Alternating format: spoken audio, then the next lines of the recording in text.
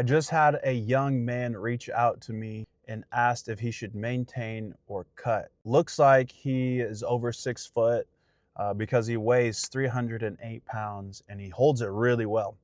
He asked, should I continue to take protein shakes and creatine? And I said, yes, I would definitely go into a deficit. He wants to build. You're 308, you're still a young guy. I suggested that he should cut at least half a pound a week until he gets down to an ideal body weight where you can almost see visible abs. Here's the thing though, he's most likely not eating a high enough protein diet. In my opinion, that's probably what the case is because he's at 308 and he's got a pretty big frame, but he says he's not building.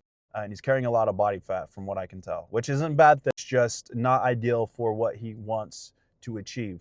The whole idea of this is we're going to maintain as much muscle as possible. You're going to maintain a high protein diet and just slowly chip the body fat off, because what's going to happen is, and I believe he hasn't got here yet because he hasn't said that he's been to this level yet.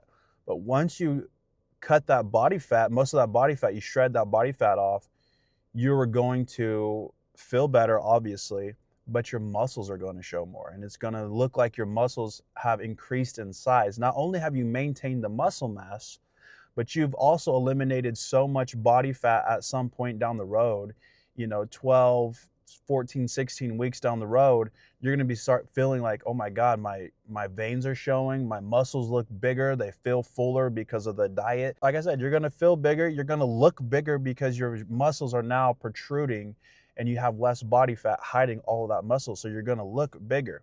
Now, to build and to receive more muscle mass, because you're still a young guy, at some point when you get lean enough, it's like, all right, now you need to switch it up. Now you're going to do a small surplus, maybe a quarter pound, maybe a half pound of weight is what you want to put on a week.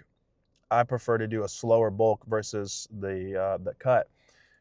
And eventually, this is going to take a little bit longer, but trust the process.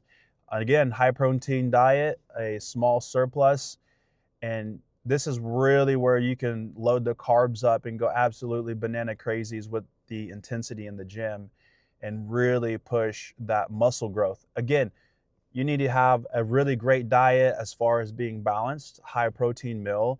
You need to get plenty of sleep. And if you're trying to grow, if you're trying to cut, trying to grow, you're trying to do anything, you're trying to have progress, 8 or 9 hours, if possible, of sleep.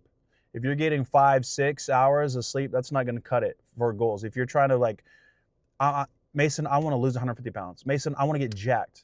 Guys, you have to get sleep. 8 to 9 hours minimum. 7 hours, you're cutting it, but I know we're busy men. We got work to do. I understand that. We can get away with 7 hours. But if you can get an extra hour in or two, and you want to see some real progress, that's where the magic happens. On top of that, staying hydrated as well and just trying to stay positive, because I'm telling you, if you're stressed out all the time, you're just going to limit yourself everywhere you go. He also mentioned he wanted to train jiu-jitsu, and I told him, go talk to Dylan at Shaw Matt. Jiu-jitsu will change your life in ways you will never have fathomed. And I will live by that till the day I die. Good luck. Can't wait to see the progress.